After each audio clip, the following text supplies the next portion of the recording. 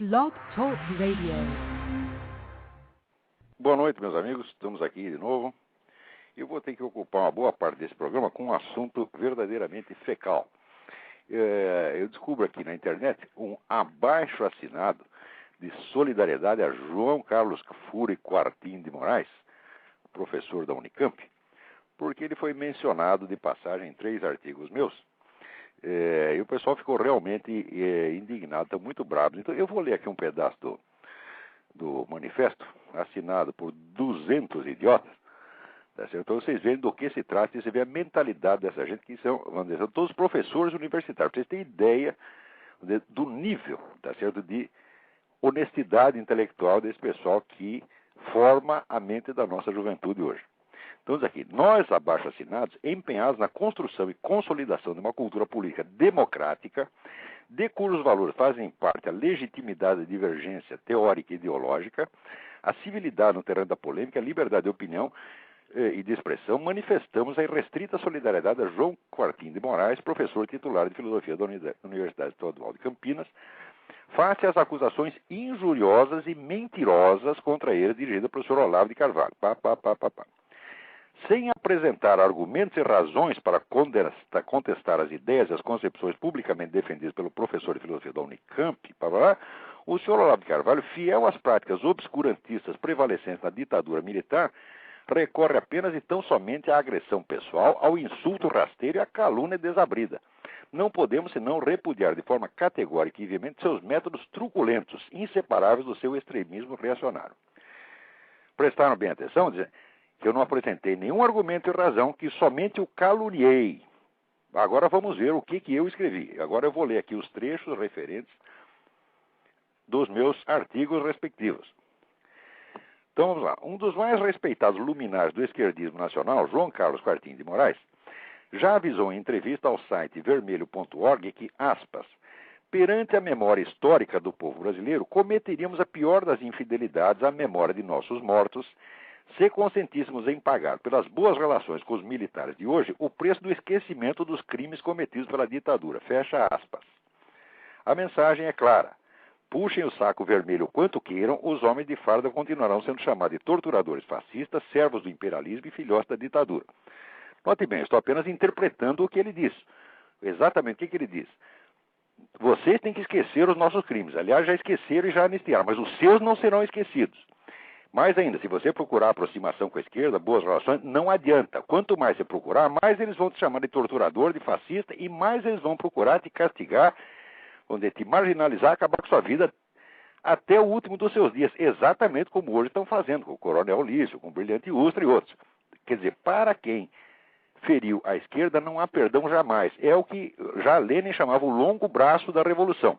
Pode passar o tempo que for, eles não serão esquecidos. Agora, tudo o que o pessoal da esquerda fez já está esquecido, já está anistiado, já está perdoado. Então, eu estou apenas interpretando o que esse sujeito diz. Muito bem. Daí eu comento aqui. Quartim, professor da Unicamp, é o pai espiritual e fundador do tal núcleo de estudos marxistas, ao qual não se pode negar o mérito de ter levado a sua universidade ao nível acadêmico de uma escolinha do MST. Quando eles fundaram esta porcaria, eu escrevi para a Unicamp propondo, olha, se vocês são tão democráticos assim, por que não fundam um núcleo de estudos antimarxistas?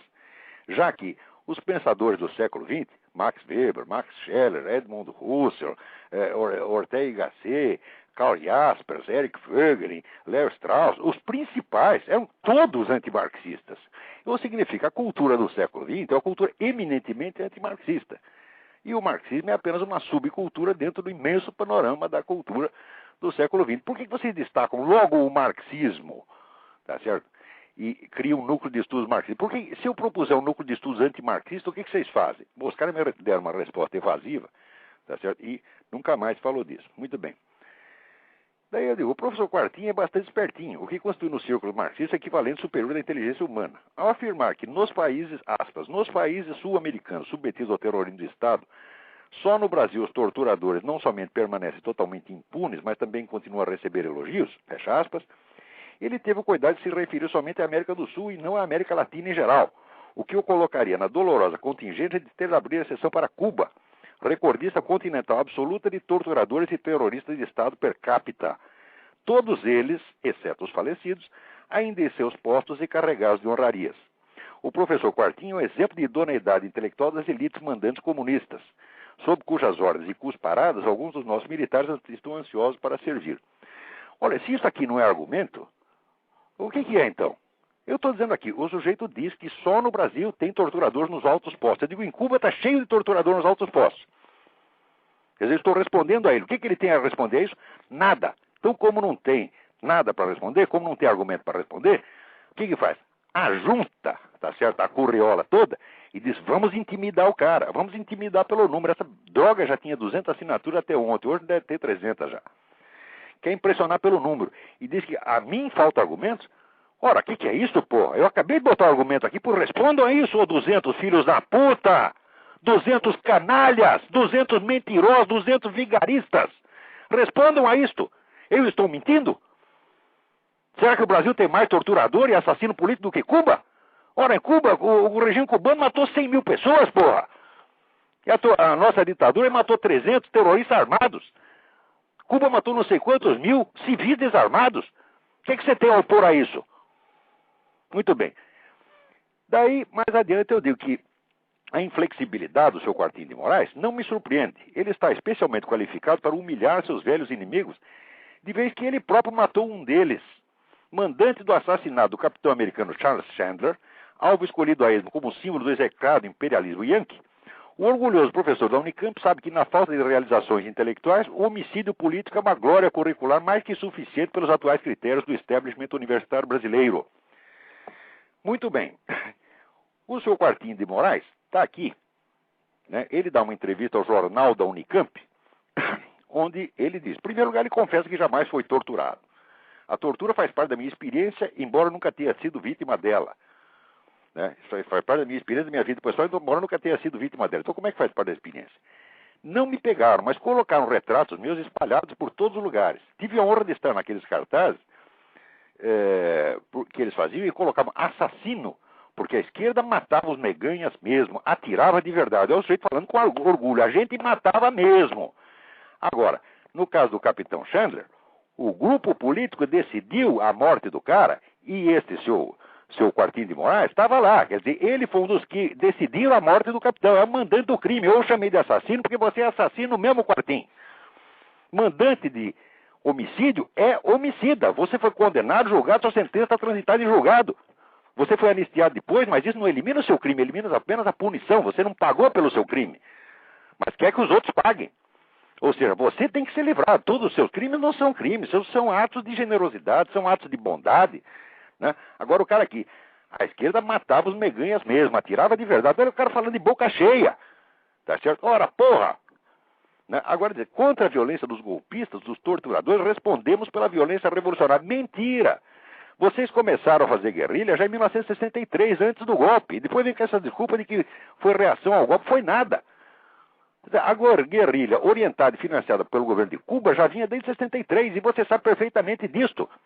E dizer que lutavam pela democracia é uma puta mentira. Você queria aqui implantar aqui um comunismo cubano, porque você é comunista, você é marxista, você sabe perfeitamente disto. Pare com essa hipocrisia de dizer que queria democracia. Olha, democracia. Todos os regimes comunistas se chamavam democracia populares. É o que você quer aí. Uma democracia popular com paredão para você poder fuzilar bastante gente.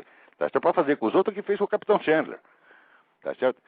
Agora que ele, que foi morto pela resistência, dava conferência para a direita no Mackenzie. Ora, que crime inominável. O capitão dava conferências para a direita, então tem que ser fuzilado mesmo. Isso é a cabeça desse Quartinho de Moraes. Agora, não só é assassino, como é um assassino covarde, porque ele matou o cara de tocaia e o sujeito foi morto na frente da mulher e do filho. E o cara não se arrepende. Ele acha bonito e não quer ser chamado de assassino. Pois eu digo, eu te chamei de assassino porque você é assassino. Mandante de homicídio é homicida. E o grupo decidiu, sentenciou e fez o que eles chamavam na época o justiçamento. Tá certo? E mais ainda, o cara só ficou 2 anos na cana, porque foi julgado em 77, 2 anos depois veio a anistia. Tá certo? Ele devia pegar 20 ou 30 anos de cana por isso. Pegou apenas 2 e ainda está reclamando. Tá certo? Ainda está se fazendo de heróizinho. Ora, o prestígio desse homem no meio universitário, você vê pelo próprio jornal da Unicamp, é sobretudo por causa dessa participação dele no terrorismo. Isto fez dele um heróizinho. Quer dizer, o destaque dele, a diferença específica dele, não é só obra intelectual, que é irrelevante. Só é relevante para propaganda marxista, faz parte da subcultura marxista. O que ele tem de especial? Ele tem de especial porque ele matou o americano, ele é o nosso herói. Ora, porra, que coisa mais vergonhosa, mais baixa.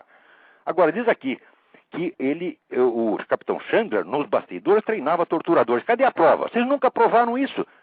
Você, Quartim, você foi julgado num tribunal com direito a advogado de defesa e, de acordo com as leis, em um julgamento público, e foi condenado lá. Agora, e o capitão Chandler foi condenado num tribunal secreto, sem defesa, e no dia seguinte estava morto. É isso que vocês fazem, e é isso que vocês gostam de fazer, porque em Cuba fizeram isso. Vamos dizer que a gente fazia isso porque a gente estava reagindo contra um governo opressivo. Vocês, quando tomam o governo na sua mão, vocês matam mais ainda. Ou vai dizer que você não gosta do que estão fazendo em Cuba? Mas vocês passaram a vida puxando o saco deste homicida, deste ogro, deste genocida chamado Fidel Castro, que os alimentava, que lhes dava dinheiro, que orientava vocês, tá certo? E protegia. Trabalharam para o Fidel Castro o tempo todo, agora querem me fazer de idiota, que estavam reagindo contra a ditadura porque vocês queriam a liberdade democrática. Ah, sim, vocês queriam um regime tipo inglês, ou tipo americano lá. Ora, vai me enganar, porra!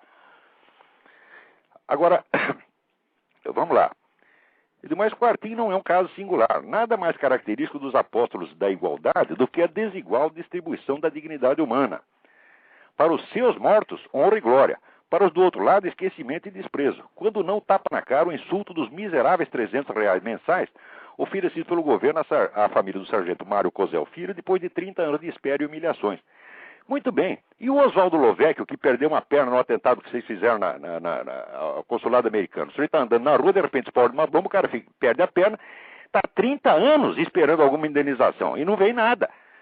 E todos aqueles inocentes que não tinham nada a ver com a história, que vocês explodiram no aeroporto de Guararapes, quando vai ter dinheiro para essa gente? Vocês estão nadando em dinheiro. Já deram 16... Olha, embora só tivesse 300 mortos ali, e o Brasil jamais chegasse a ter mais de 2 mil prisioneiros políticos, 16 mil pessoas já embolsaram dinheiro, estão mamando o dinheiro do governo que não acaba mais. Isso é uma sem-vergonhice. E ainda não estão contentes, eles ainda querem punir os seus inimigos daquela época, até o último. Agora, se isto aqui não é argumento, o que é então? Por que você não responde aí? Se eu estou mentindo, se é errado, digam que não é assim. Digam que é o contrário. Vocês honram, provem para mim que vocês honram tanto os seus mortos quanto os mortos do lado adversário. Provem para mim isso. Ou 200 vagabundos, 200 mentirosos, 200 vigaristas. Provem para mim que o que eu estou dizendo é falso. Ora, este seu Quartim não apenas é um assassino, como um assassino covarde, porque trama o assassinato e manda os outros executar. Tá certo? E mesmo num confronto de imprensa, o cara não é homem sequer para pedir um direito de resposta e vir discutir direto comigo. Ele se esconde atrás de 200 colegas. Ora aqui, existe o direito de resposta no jornalismo brasileiro. E eu mesmo, na minha coluna, é claro que lhe cedo o espaço para você se defender. Se eu estou mentindo a seu respeito, se você não foi mandante deste crime, tá certo? Então primeiro você tem que provar isso na justiça. Eu tenho todo o direito e até a obrigação, tá certo, de levar a sentença judicial que o condenou a sério, porque essa sentença jamais foi contestada judicialmente. Tá certo? Se o condenar erroneamente, entre você com o processo contra os juízes, tá certo? Diga que eles mentiram contra você e daí você os põe na cadeia. E daí você vem dizer para mim que não é assassino. Por enquanto é assassino, sim. Então, agora eu vou dizer que, sem apresentar argumentos e razões... Ora, vocês aqui não têm argumentos e razões, não responderam nada ao que eu disse. Não tendo o que responder, se esconde atrás do número de signatários, como vocês costumam fazer. Tá certo? Vocês são piores até do que o Quartim.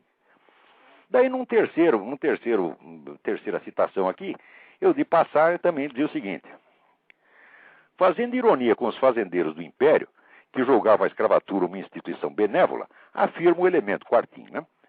Aspas.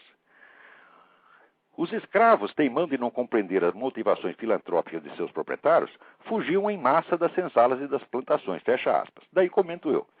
Bem, os escravos brasileiros não são as únicas pessoas incompreensivas que fugiram de seus benfeitores. 6 milhões de cubanos escapuliram de Cuba, expondo-se ao risco de morrer afogados ou de ser comidos pelos tubarões, caso não fossem metralhados antes pela polícia de Fidel Castro. Seu exemplo abominável foi seguido por 2 milhões de vietnamitas que fugiram da generosidade Vietcong em barquinhos jangados e até boias de borracha. Algumas dezenas de milhares de alemães mal agradecidos saltaram o muro de Berlim para expor-se aos horrores do capitalismo na parte oeste da cidade. O fluxo de refugiados da Polônia, da Rússia, da Hungria, da China e de outros templos da bondade comunista jamais cessou de superlotar as ruas de Nova York, Paris, Londres e até de São Paulo, dando um testemunho onipresente da ingratidão humana. O que vocês têm a responder a isso? Cadê os seus argumentos, ou 200 palhaços, 200 vigaristas? Cadê os seus argumentos? Respondam a isso. Quer dizer, por que a fuga de escravos, tá certo, prova que as fazendas brasileiras, os fazendeiros eram maus, e a fuga de muito mais gente, de milhões de pessoas, de regimes presididos por gente como vocês, não prova que vocês não prestam? O que é isso, porra? Ora, se tem o que responder, respondam. Mas em vez de responder o que eles falam, fazem de conta que não leram. Aqui, sem apresentar argumentos e razões. Porque aqui estão meus argumentos e razões. Respondam, canalhas. Aqui, agora, tem 200 assinaturas, ainda umas com uns comentários. Olha aqui, Muniz Ferreira, não, Edmundo Fernandes Dias, professor universitário. Conhecemos o senhor Olavo de Carvalho. O ódio a com crase, tudo aquilo que significa liberdade, é sua característica. O ódio a com crase? Como é que esse sujeito é professor universitário? Tu não tem categoria para ser aluno de ginásio? Tu é um usurpador? Tu é um vigarista? Agora, outros que assinam aqui. Emir Sader. Olha, eu dizer que o Emir Sader é vigarista, não preciso dizer. Porque o César Benjamin já disse que é, e já provou que é. É vigarista e leonatário. O próprio pessoal da esquerda sabe. Agora está aqui a assinatura dele, honrando esse manifesto. Está aqui a Anitta Leocádia Prestes, filha de outro assassino, porque o Luiz Carlos Prestes mandou matar a garota menor de idade. Quer dizer, é assassino solidário com assassino, é filho de assassino solidário com outro assassino. Agora, e note bem, agora a acusação pessoal, claro que é pessoal. O Quartinho de Moraes tomou essa decisão pessoalmente. E a acusação é pessoal sim, porque ele é assassino pessoalmente. Ideologicamente, todos vocês são assassinos. Moralmente falando, vocês, pelo apoio que vocês dão a esses regimes, são todos assassinos. Agora, ele não é só moralmente, ele não é só ideologicamente, ele é pessoalmente, é fisicamente. E ele, junto com os outros membros do grupo terrorista, determinou a morte do capitão Xande sob a alegação de que ensinar torturadores, coisa que vocês nunca provaram. Disse até que o era da CIA, não era da CIA. Ele é um oficial do exército americano. Quer dizer, até essa história que era da CIA, quer dizer, a CIA é um mito, né? A palavra mágica. Dizer que o cara é da CIA, então já está condenado à morte automaticamente. Então, eis aqui. Como vocês não têm nada a responder aos meus argumentos, vocês inventam coisas e me imputam a prática num crime. Eu, se eu estivesse no Brasil, teria o prazer de processar todos vocês e dizer, cadê a calúnia? Chamar um assassino de assassino é calúnia? Tá certo? Responder às ideias dele? Poucas ideias. Eu não tive a intenção de discutir, vamos dizer, totalidade da obra dele, apenas frases que ele disse na mídia, e eu respondi com outras frases na mídia. Tá certo? Então, eu disse, primeiro, o que ele está dizendo a respeito dos militares é que não adianta eles tentarem uma boa aproximação, porque os crimes da esquerda têm que ser esquecidos, mas os seus crimes, milicos, jamais serão esquecidos.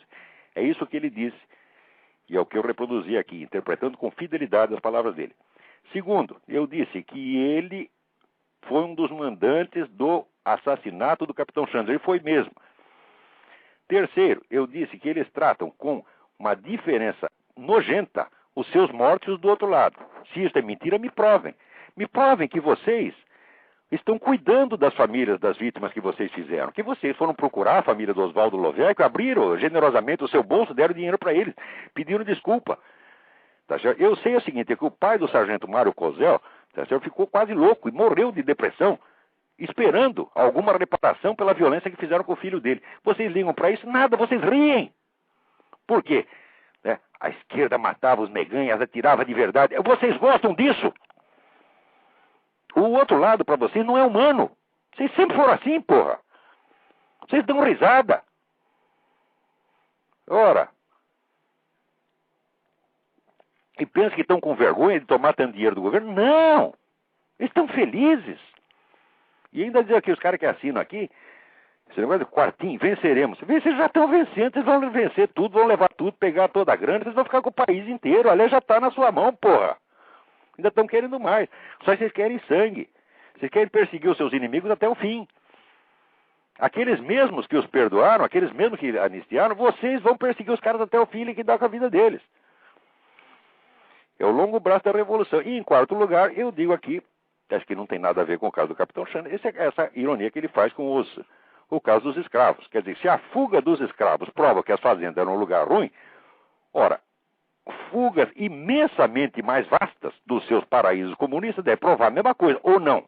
Se eu estou errado em qualquer desses 4 pontos, argumentem, palhaços, em vez de dizer que não apresentei argumentos e razões. Vocês aqui não apresentam nada, vocês escrevem uma coisinha aqui de 10 linhas, tá certo? Cheio de mentiras. Primeiro, chama de calúnia o fato de que eu chamei um assassino de assassino. Não é calúnia, coisíssima nenhuma, vocês é que estão me imputando um crime que eu não fiz, tá certo? E segundo, diz que eu não apresento argumentos e razões. Ah, tá aqui os argumentos e razões, por respondam. Vocês não têm o que responder porque o que eu disse é verdade.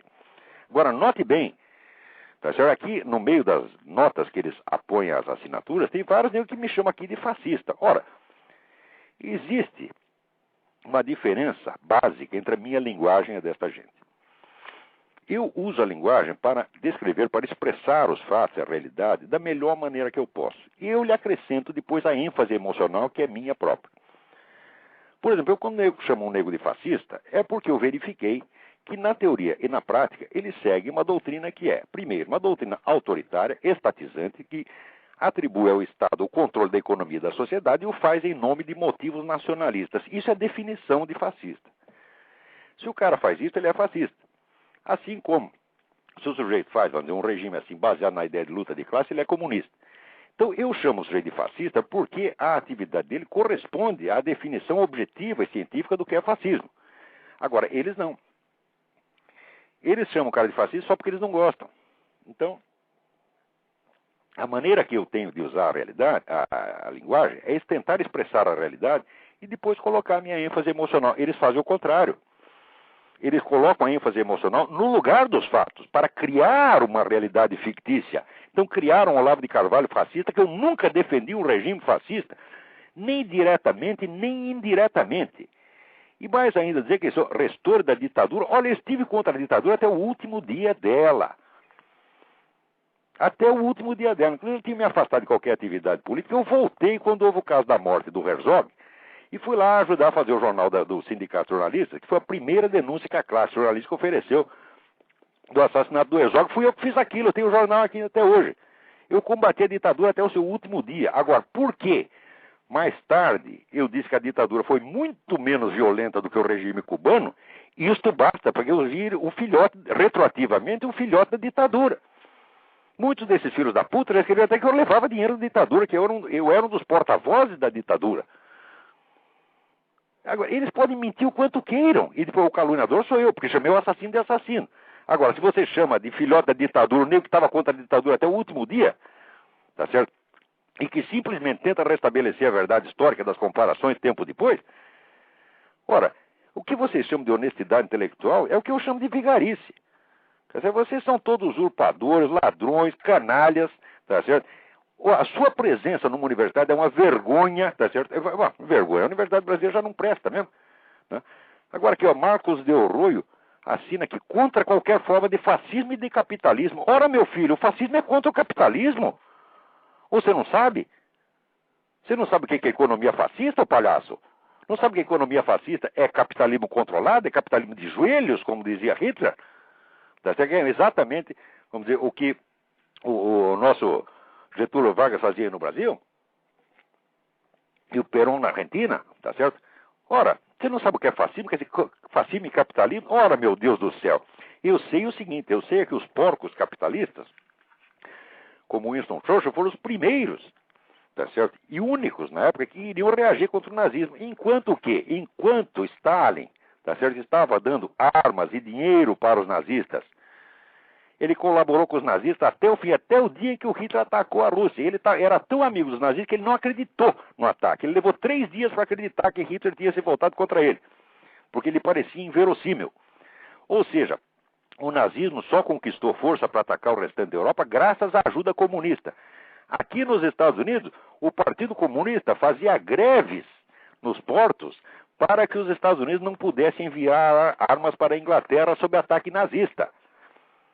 Enquanto isso, estava lá, os porcos capitalistas, Winston Churchill e os outros conservadores, tá certo? Na França, o general de Gaulle, dizendo, nós temos que reagir contra esse nazismo, nós temos que fazer alguma coisa. E vocês, comunistas, ajudando o cara a crescer e depois vem chamar os outros de nazista? Ora, vamos pra puta que os pariu, porra.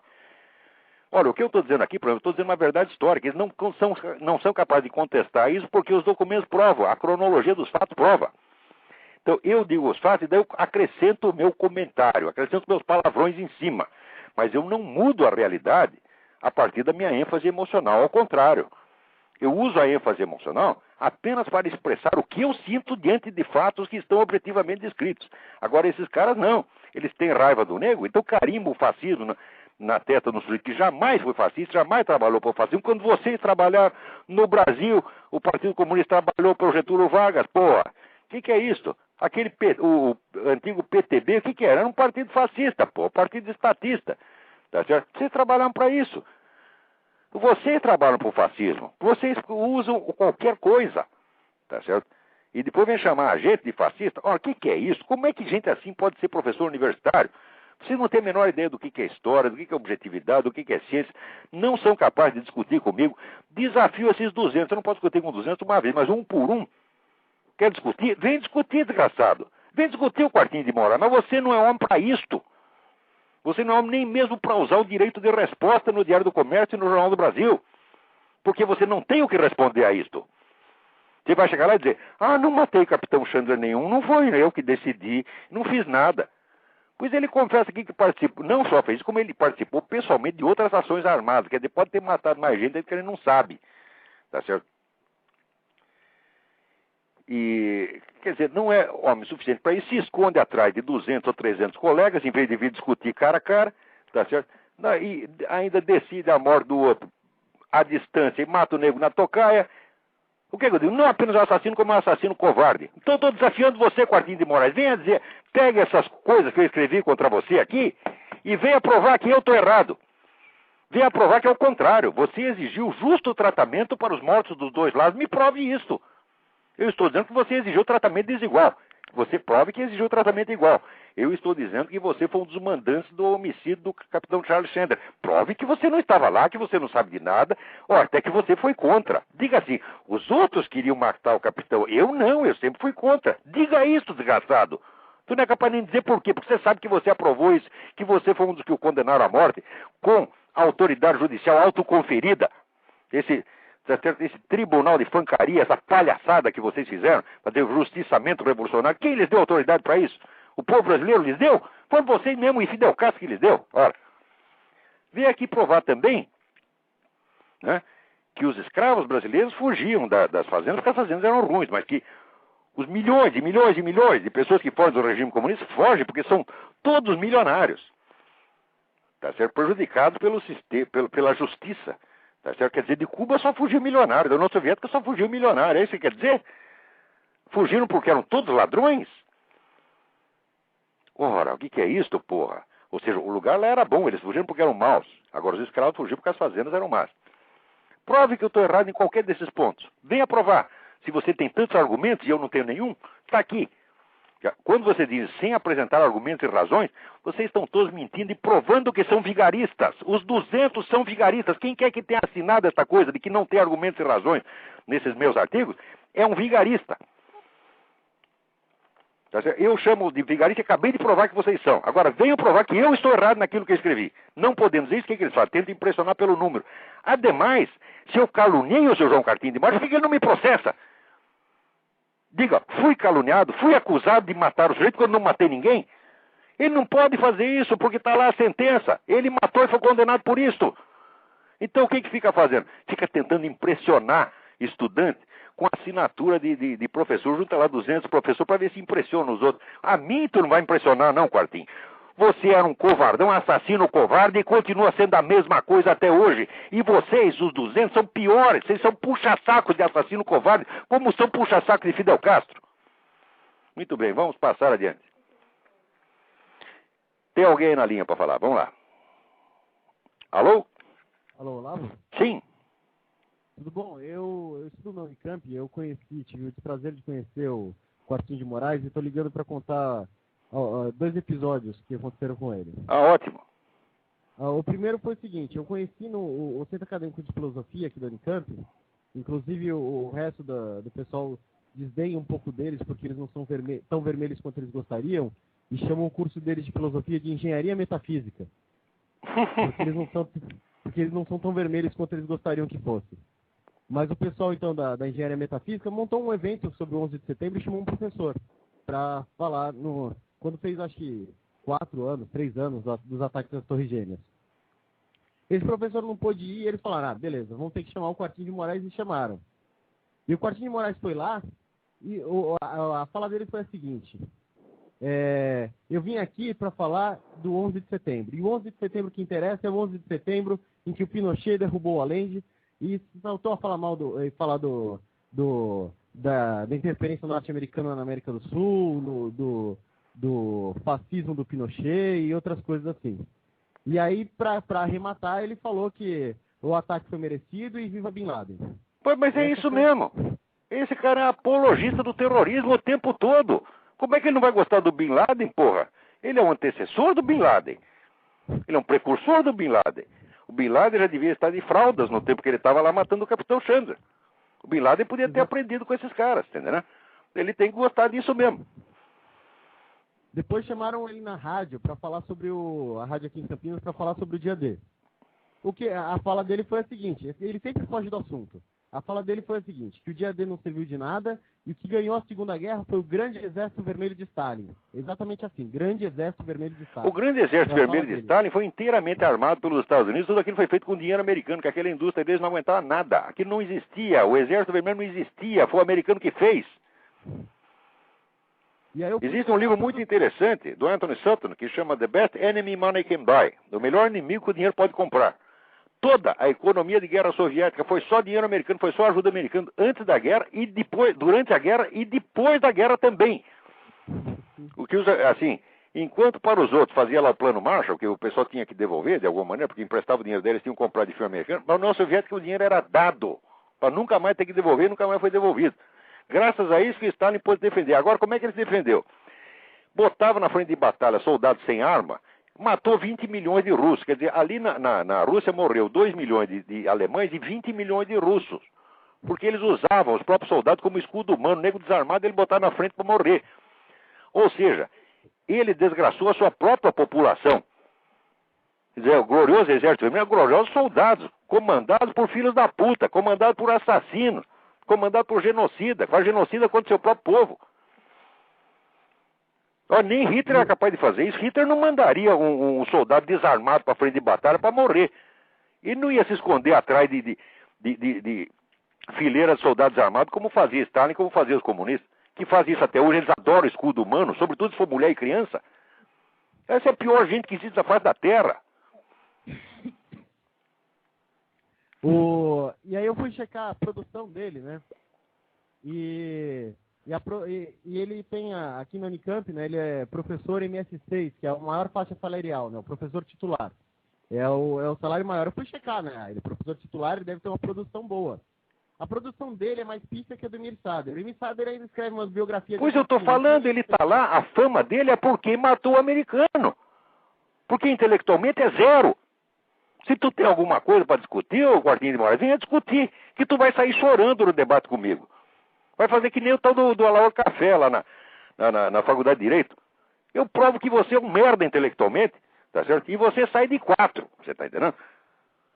Ora, que coisa. Quer dizer, é pior que o Emir Sader, então é? Não, o Emir Sader pelo menos ainda coordena a biografia de assassino. Nem isso ele faz. Ele vive das glórias passadas de ter matado um monte de gente. Mas é exatamente, está comprovando o que eu digo. Olha aí, o testemunho direto de quem te conhece, Quartinho de Moraes. Agora vocês, esses 200, vão assinar para defender esse lixo? Vocês não têm vergonha mesmo, é? Bom, continua com o programa, Olavo, vou desligar aqui. Muito obrigado pelo seu testemunho. Obrigado. Então, vamos lá. Agora aqui eu recebo uma notinha do Alexandre Rezende dizendo que no site www.ocontraponto.zip.net, em meu blog a notícia da prisão do Juan Abadia foi devidamente vinculada às Farc. Muito bem, Alexandre, é assim que faz, porque a mídia inteira escondeu.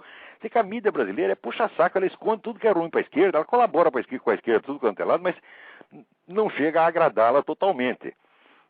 Quer dizer que 20 anos de ocultação do Foro de São Paulo, 20 anos de ocultação da matança de cristãos no mundo, do genocídio chinês, etc., não basta para contentar a esquerda. Então hoje eles dizem que o Globo, a Folha, é da direita, é até da extrema direita.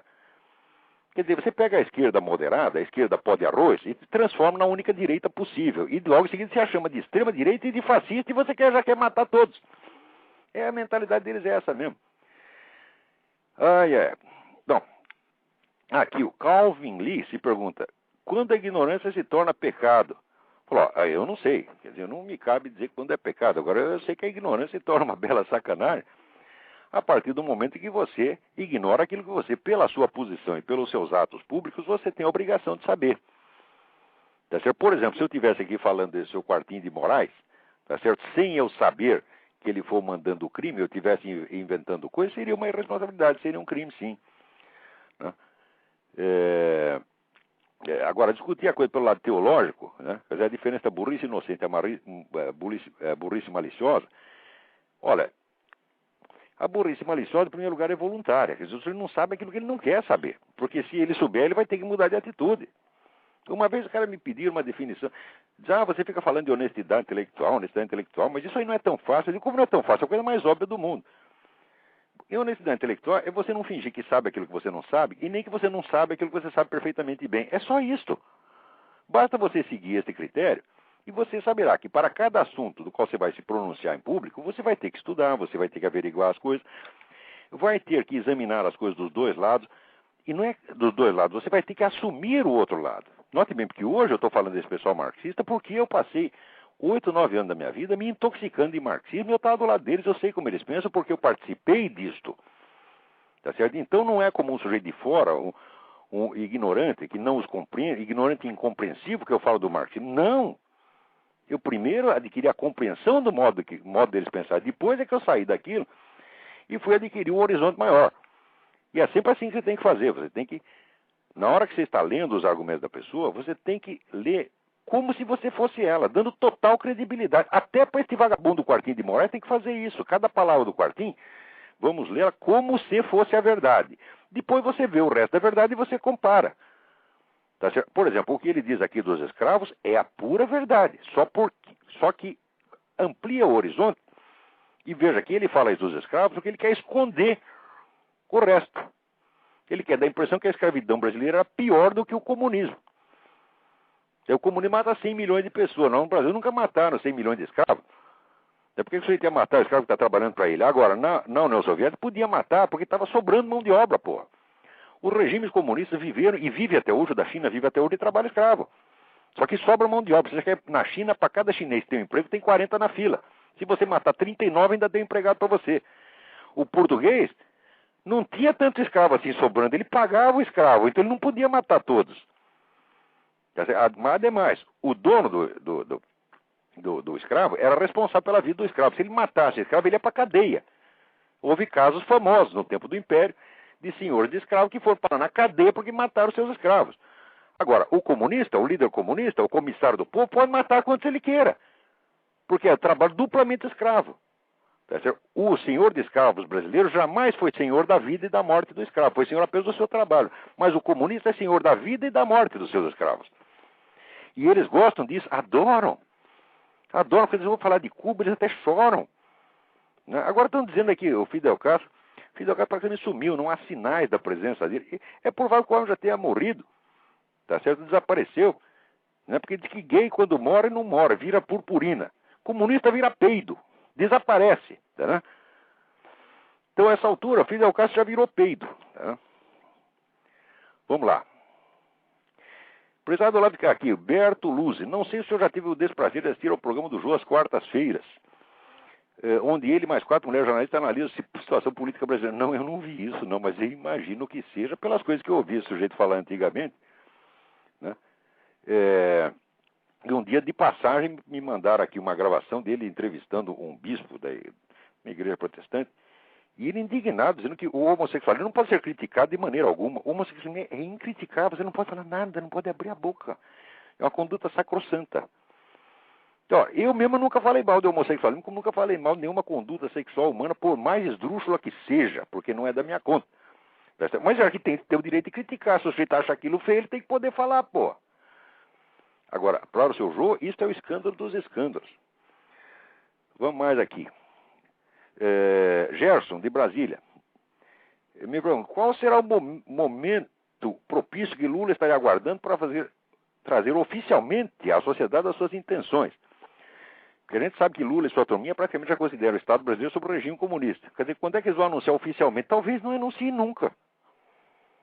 Porque esse negócio de ser disfarçado,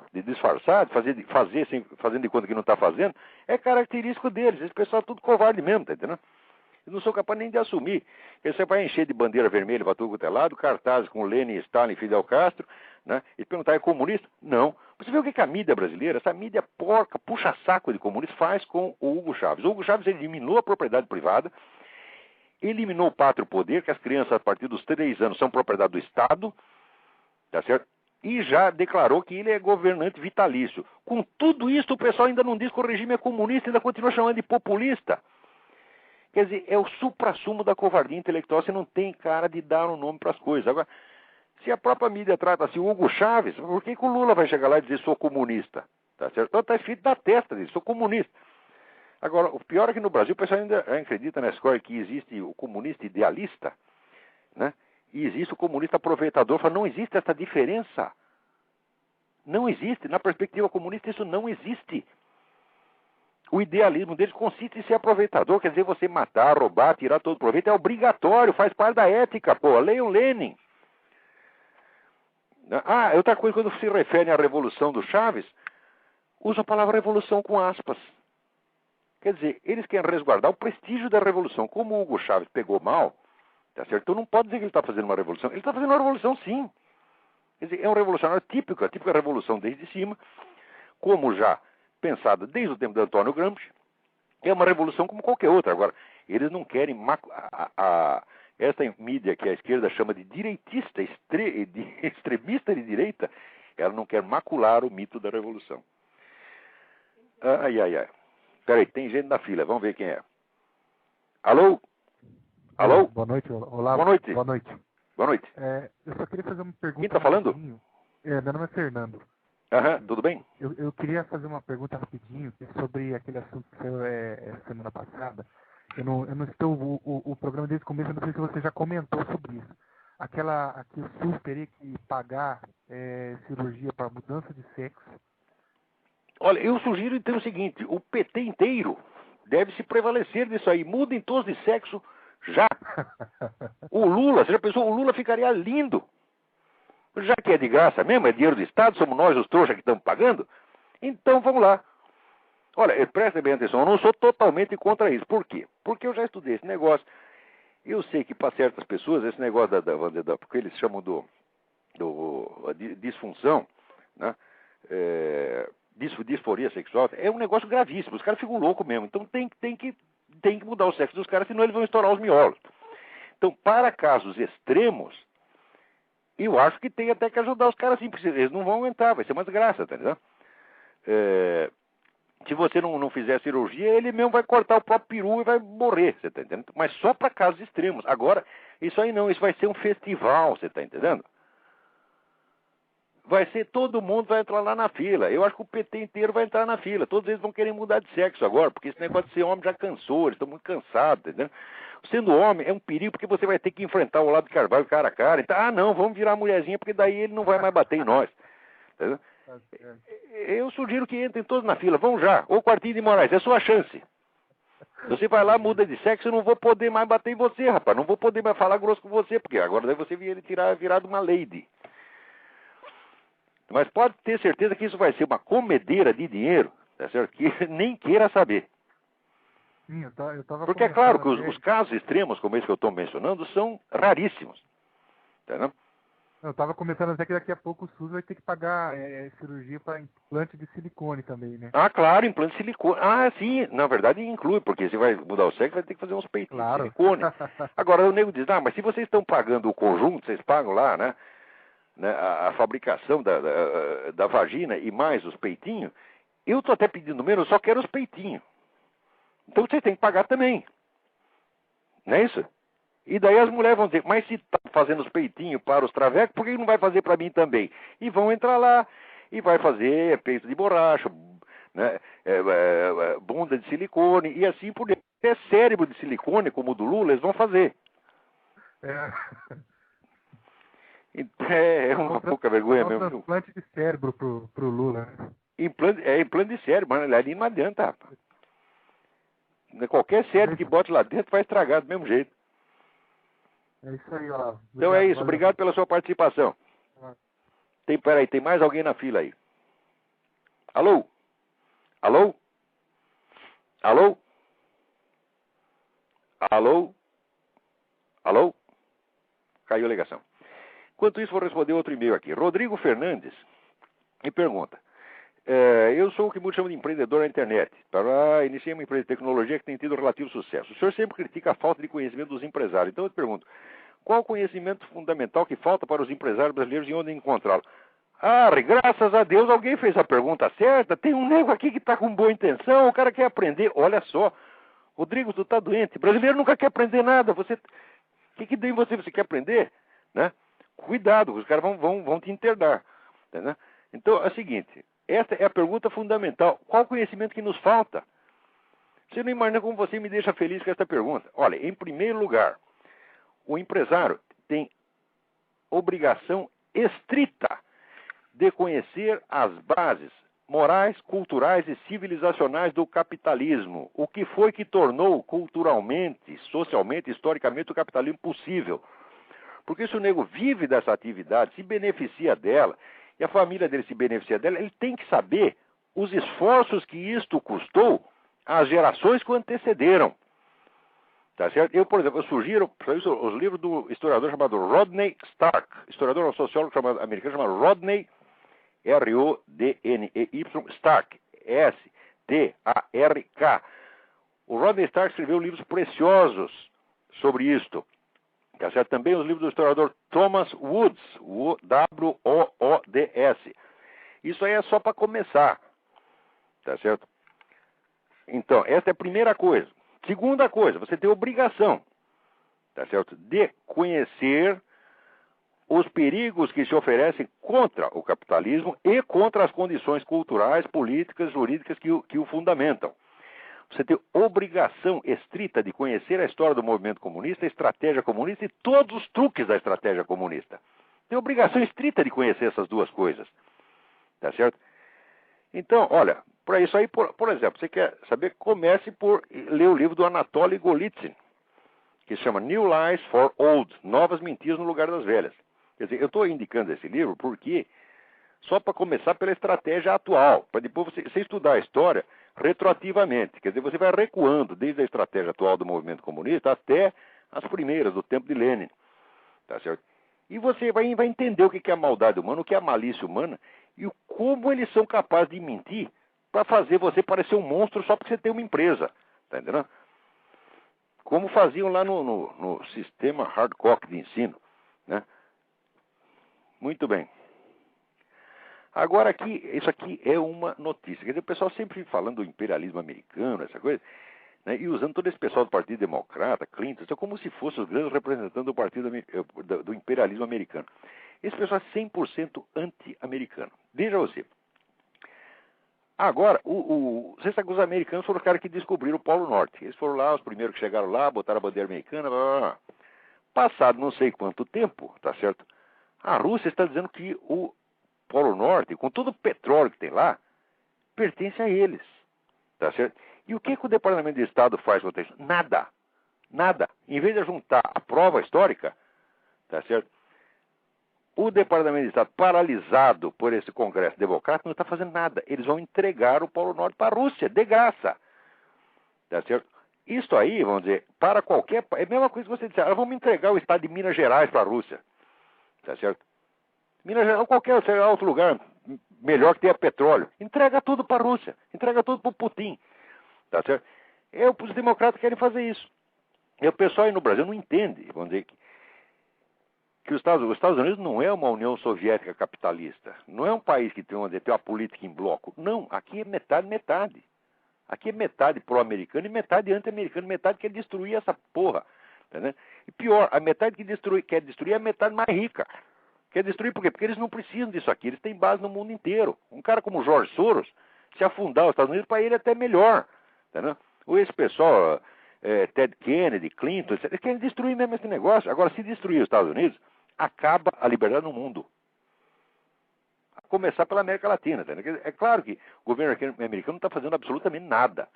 Como nunca fez. Essa história de que os americanos fizeram o golpe de 64, conversa mole. Eu mesmo já provei. Ele diz, olha, está aqui as provas, finalmente as provas de que os americanos tramaram o golpe. Sabe qual é a prova que eles apresentam? Uma comunicação do embaixador Lincoln Gordon para o presidente Johnson no dia 1º de abril de 64, dizendo, olha, presidente, eles deram o golpe, agora nós temos que fazer alguma coisa. O que a gente faz? Né? E daí planejaram de enviar uma ajuda que chegou 13 dias depois. Quer dizer, 13 dias depois do golpe, começou a ajuda americana já ao governo estabelecido. Né? Então, assim, os americanos sempre foram assim, eles mais se omitem do que outra coisa. Eles entregaram a China para os comunistas, tá certo? Eles entregaram a Hungria para os comunistas, mas de vez em quando eles até defendem um pouco como defenderam no Vietnã. Defenderam pela metade, que no fim acabaram entregando também. Peraí, tem alguém na linha, vamos lá. Alô? Alô? Marcelo, Olavo, tudo bem? Oi, tudo bem? Tudo bem. Olavo, queria fazer uma pergunta para você, que é o seguinte, liguei semana passada, a gente falou um pouco aí sobre o negócio da imprensa, né?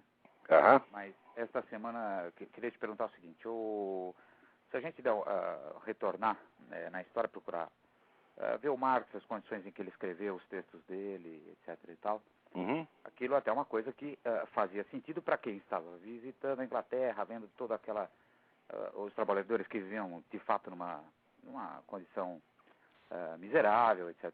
Só tinha um negócio, a situação nos últimos 30 anos tinha melhorado muito. Marx, quando viu isso, decidiu usar dados de 30 anos antes, para provar que estava piorando. Aquilo era um picareta, por isso que todos esses picaretas gostam dele, tá entendendo? A pergunta que eu quero te dizer é o seguinte, quer dizer, o Marx está dentro de um contexto histórico, né? E o marxista que a gente vê hoje é o contrário, ele é um puta de um sacana, porque o mundo hoje não tem nada a ver com aquele mundo ao qual Marx fazia referência. A teoria todo o utopismo do Marx, etc. e tal, aquilo hoje não teria cabimento hoje. Eu queria saber o que é que você acha sobre isso. Porque, para mim, o marxismo, como ele é apresentado hoje, parece, assim, a falta de integridade intelectual. Não, na época já era, Marcelo. Porque Marx sabia que as coisas não eram do jeito que ele está dizendo, que a teoria da mais-valia dele é furada, que a situação do operariado na Inglaterra, que era o único país sobre o qual ele tinha dados, estava melhorando muito graças à legislação, que à medida que progride o capitalismo, progride a legislação também, é fatal que isso aconteça. Mas ele tinha a teoria de que o capitalismo iria empobrecer o proletariado. Como isso não estava acontecendo, o que ele fez? Ele inverteu os dados, ele botou os dados de antes, depois, os de depois, antes. Marx era um picareta vigarista mesmo. Marx não é um pensador, não é um filósofo, nada. Marx é um charlatão. Olha, eu levei anos para me acostumar com essa ideia, porque eu comecei minha vida lendo esse filho da puta, você tá entendendo? E fiquei embevecido com aquilo, né? Depois eu fui vendo que era furado, né? Comecei a achar desculpa, etc. Eu levei uns 20 anos para engolir essa ideia, tá entendendo? Porque eu sou uma besta quadrada também, devia ter percebido. O Eric Wegelin, ele conta nas memórias dele que ele, durante as férias ele leu o Capital e virou marxista. No semestre seguinte ele fez um curso de economia política, viu que aquele negócio de marxismo era tudo uma besteira e largou. Então ele levou uns 3, 4 meses para aprender. Eu, como sou uma besta quadrada, levei 20 anos. Você está entendendo? Então por isso que eu estou avisando vocês. Não sigam o meu exemplo, percebam logo. Está entendendo? Não esperem.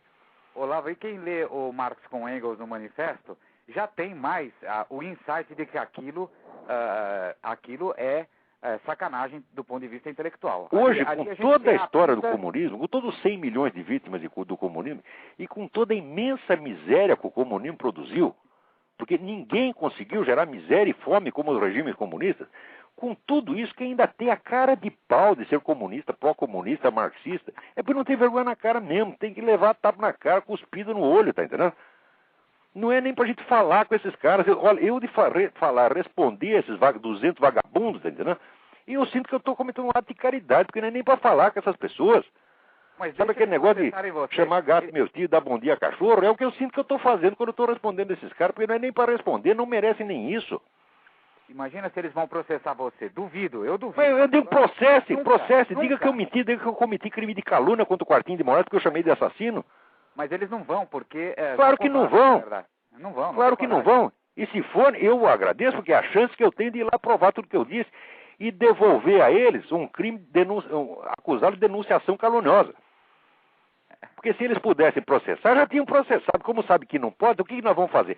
Fazer um abaixo-assinado na internet. Isso é bobagem. Coisa de moleque, esses 200 moleque. Tem até Juca Kfouri aqui, só pra você ter uma ideia. Eu não sei se você sabe o que é, mas é um Eu sei, eu fui entrevistado no programa do Juca Kfouri, veio ela puxando meu saco. Puta. Então tá bom, Olavo, um grande abraço pra você. Um abração. Tchau, tchau. Então, muito bem, vamos ver se dá tempo de responder mais alguma coisa aqui. Olha aqui. Aqui o Henrique Horácio de Souza, né? Manda uma notícia que ele leu na Folha de Boa Vista. O país acaba sofrendo um revés na Organização das Nações Unidas. A entidade aceitou o apelo feito por grupos indígenas e passou a exigir que o governo brasileiro garanta a retirada dos ocupantes da reserva indígena Raposa do Serra do Sol, em Roraima. Isso quer dizer o seguinte: a ONU decide o que o país pode fazer com o seu território. É exatamente como no caso do Polo Norte aqui. Quer dizer, a ONU decidiu que o território pertence à Rússia e nos Estados Unidos, então entrega para a Rússia. Agora aqui eles inventam essas comunidades indígenas, que muitas foram até criadas artificialmente. Tá certo? Tem um livro do Coronel Mena Barreto, que chama Farsa Yanomami, e mostra que aquele pessoal da ONU vem e inventa tribos que nem existem. E daí diz que a gente precisa entregar a terra para eles. Então é o seguinte, as soberanias nacionais já foram embora, já acabou, a ONU já acabou com tudo isso não existe mais, né? Infelizmente não existe. Vamos embora, vamos ver o que mais tem. Aqui tem um monte de carta interessante. Agora aqui, George Randolph, ele pergunta aqui: em relação a essa questão do globalismo, eu fico bastante confuso. Apesar de concordar plenamente com o senhor com as piores intenções dos dirigentes da ONU, tem a tendência a acreditar que um governo global é um caminho natural. E olha, existe um livro que se chama As Bases da Civilização, escrito pelo Ellsworth Huntington. Não é o Samuel Huntington, é o avô dele, Ellsworth Huntington, um grande geógrafo. Em que ele diz que existem poucas constantes na história do mundo, mas que a aproximação entre as civilizações e as sociedades, de certo modo, a globalização é uma constante. De fato é uma constante, mas isso não quer dizer que tenha que ser uma globalização administrativa e política. Note bem, então, por exemplo, aqueles grupos que um milênio atrás formavam culturas separadas, isoladas na Europa, tá certo? Se aproximaram e criaram a civilização europeia, mas isso não quer dizer que precisa ter tudo uma administração só. Foi justamente esta aproximação que criou os estados independentes. Quer dizer, a globalização cultural e econômica é perfeitamente compatível, tá certo, com as soberanias estatais. Agora, depende do que o povo quer, porque se o povo achar que é melhor dissolver aquele país para se integrar num outro, tá certo? Como aconteceu, por exemplo, com o Havaí decidiu ser um Estado americano e se incorporou aos Estados Unidos e saiu ganhando. Agora, um outro país pode achar que não é vantagem. O povo tem o direito de escolher. Então, você quer se integrar na unidade maior ou você quer conservar sua independência? O povo é que tem que ver, cada um sabe onde ele aperta o sapato, porra. Então, se você quer se integrar no tal do governo global, muito bem. Agora, se não quer, continue independente, continuamos amigos. Isso que é o certo. Você está entendendo? Quer dizer, a soberania não é uma soberania geográfica, a soberania é popular. Quer dizer, os habitantes do lugar é que tem que decidir. Como o famoso caso das Ilhas Falklands ou Malvinas, né? A Argentina diz, é meu. O inglês diz, é meu. Diz, bom, e quem mora lá? Eu sei o seguinte, quem mora lá, 100% queria ser o quê? O que você prefere, ser argentino ou inglês? Isso não se pergunta para um ser humano, você pode perguntar para macaco. O macaco pode ter uma hesitação. Não, macaco já sabe, pô. Agora, se perguntar para um jumento, ele espera que eu vou pensar. Tá certo? Agora, um ser humano, você pergunta, você quer ser argentino ou inglês? É 100%, eu quero ser inglês, porque eu não sou idiota, porra.